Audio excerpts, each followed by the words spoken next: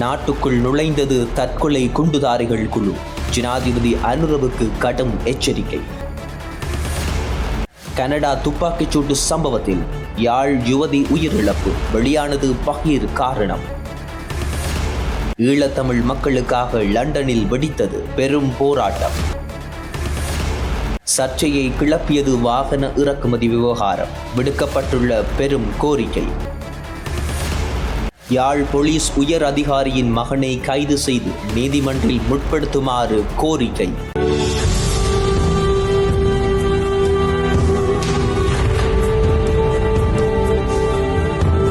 தேசிய மக்கள் சக்திக்குள் தற்கொலை குண்டுதாரிகள் குழு நுழைந்துள்ளதாக பொதுபல சேனா அமைப்பின் பொதுச் செயலாளர் கலகொட அத்தே ஞானசார தேரர் தெரிவித்துள்ளார். இது தொடர்பில் இணைய ஊடகம் ஒன்றுக்கு அவர் அளித்த செவ்வியிலேயே இவ்வாறு கூறியுள்ளார். இது தொடர்பான உண்மைகளை நிரூபிக்க தங்களிடம் ஆதாரம் இருப்பதாகவும் இஸ்லாமிய தீவிரவாதிகளான இந்த குழுக்களிடமிருந்து ஜனாதிபதி அனுரகுமார திசாநாயக்க கவனமாக இருக்க வேண்டும் என்றும் அவர் எச்சரித்துள்ளார். இதேவேளை தேசிய மக்கள் சக்திக்குள் இது போன்ற குழுக்கள் நுழைந்ததற்கான விளக்கத்துடன் கூடிய துண்டு பிரசுரம் மற்றும் புகைப்படத்தையும் ஞானசார தேரர் காட்சிப்படுத்த உள்ளதாகவும் அதன் பின்னராக அதிரடியான கைது நடவடிக்கைகள் நாட்டில் இடம்பெறும் என்றும் நாடு முழுவதிலும் உள்ள எந்த பகுதிகளிலும் குண்டுவெடிப்பு சம்பவங்கள் இடம்பெறலாம் என்றும் அவர் இதன் போது எச்சரிக்கை விடுத்துள்ளார்.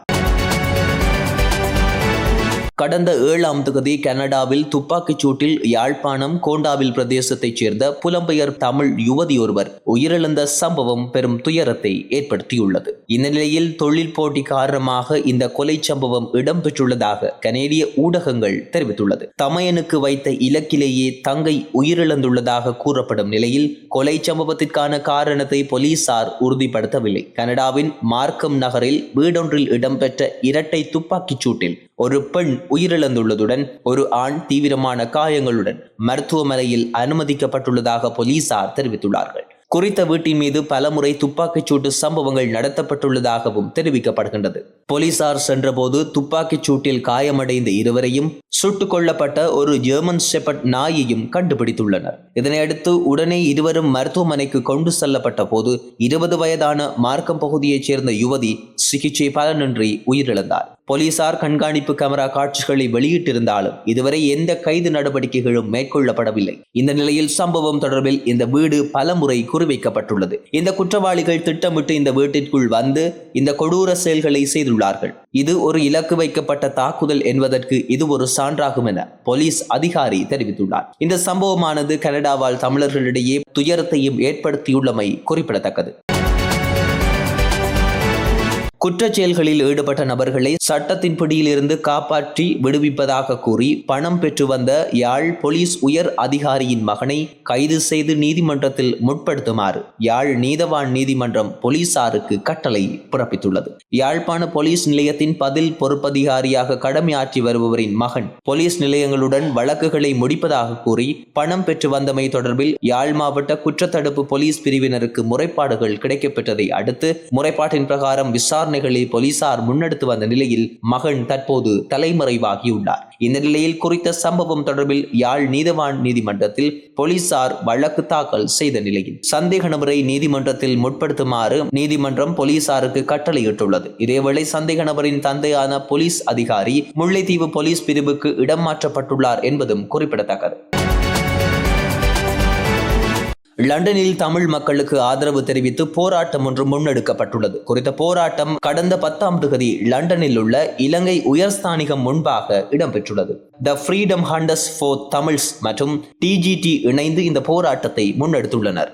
இலங்கையில் தமிழர்கள் எதிர்கொண்டு வரும் அடக்குமுறையை எடுத்துக்காட்டவும் தமிழ் மக்களுக்கான நீதியை கோரியும் இந்த போராட்டம் நடைபெற்றுள்ளது. சர்வதேச மகளிர் தினத்தை நினைவு கூறும் முகமாக தமிழ் பெண்கள் இன்றளவும் எதிர்கொண்டு வரும் அடக்குமுறைகளுக்கு எதிர்ப்பு தெரிவிக்கும் முகமாகவும் இழைக்கப்பட்டுள்ள அநீதிகளுக்கு நீதியை வலியுறுத்தியும் இந்த போராட்டம் மேற்கொள்ளப்பட்டுள்ளது. ஐநா மனித உரிமை பேரவை முன்றலில் புலம்பெயர் தமிழர்களால் ஆர்ப்பாட்டம் ஒன்று கடந்த 3ஆம் தேதி முன்னெடுக்கப்பட்டிருந்தமையையும் சுட்டிக்காட்டலாம். இலங்கையில் தமிழ் இனத்தின் மீதான இன அழிப்பு மற்றும் ஒடுக்குமுறை நகர்வுகளுக்கு நீதி கோரும் வகையில் இந்த ஆர்ப்பாட்டம் இடம்பெற்றுள்ளமை குறிப்பிடத்தக்க ஒரு விடயம். இலங்கைக்கு அண்மையில் இறக்குமதி செய்யப்பட்ட 196 வாகனங்களை மீண்டும் இறக்குமதி செய்வதற்கு திட்டமிட்டுள்ளதாக பரவும் தகவல்கள் உண்மைக்கு புறம்பானவை என வாகன இறக்குமதியாளர்கள் சங்கம் தெரிவித்துள்ளது. அத்துடன் அரசாங்கத்தினால் விதிக்கப்பட்டுள்ள விதிமுறைகளை மீறியும் தவறான உற்பத்தி திகதிகளுடன் அதிக எண்ணிக்கையிலான வாகனங்கள் நாட்டிற்கு இறக்குமதி செய்யப்பட்டுள்ளதாகவும் தகவல்கள் வெளியாகியுள்ளது. இந்த நிலையில் பரிந்துரைக்கப்பட்ட விதிமுறைகளின்படி வாகனங்கள் இறக்குமதி செய்யப்பட்டுள்ளதாகவும் அவற்றை மீண்டும் ஏற்றுமதி செய்யும் திட்டம் எதுவும் இல்லை எனவும் வாகன இறக்குமதியாளர்கள் சங்கம் தெரிவித்துள்ளது. தற்போது பழைய வாகனங்கள் எவையும் இறக்குமதி செய்யப்படவில்லை எனவும் 2022, 2023, 2024 ஆகிய ஆண்டுகளில் உற்பத்தி செய்யப்பட்ட வாகனங்களே இறக்குமதி செய்யப்பட்டுள்ளதாகவும் மேலும் கப்பலில் ஏற்றும் திகதியில் இருந்து 3 வருடங்களுக்கு முன்னதாக உற்பத்தி செய்யப்பட்ட வாகனங்களை இறக்குமதி செய்வதற்கு சட்ட ரீதியாக அனுமதி உள்ளதாகவும் குறிப்பிடப்பட்டுள்ளது. இதேவேளை வாகனங்கள் தொடர்பில் பொய்யான பல முறைப்பாடுகள் முன்வைக்கப்பட்டிருந்த நிலையில் அவை தொடர்பில் சுங்க பிரிவினால் விசாரணைகள் முன்னெடுக்கப்பட்டு வருகின்றமை குறிப்பிடத்தக்கது. நாட்டுக்குள் நுழைந்தது தற்கொலை குண்டுதாரிகள் குழு. ஜனாதிபதி அனுரவுக்கு கடும் எச்சரிக்கை. கனடா துப்பாக்கிச்சூட்டு சம்பவத்தில் யாழ் யுவதி உயிரிழப்பு. வெளியானது பகீர் காரணம். ஈழத்தமிழ் மக்களுக்காக லண்டனில் வெடித்தது பெரும் போராட்டம். சர்ச்சையை கிளப்பியது வாகன இறக்குமதி விவகாரம். விடுக்கப்பட்டுள்ள பெரும் கோரிக்கை.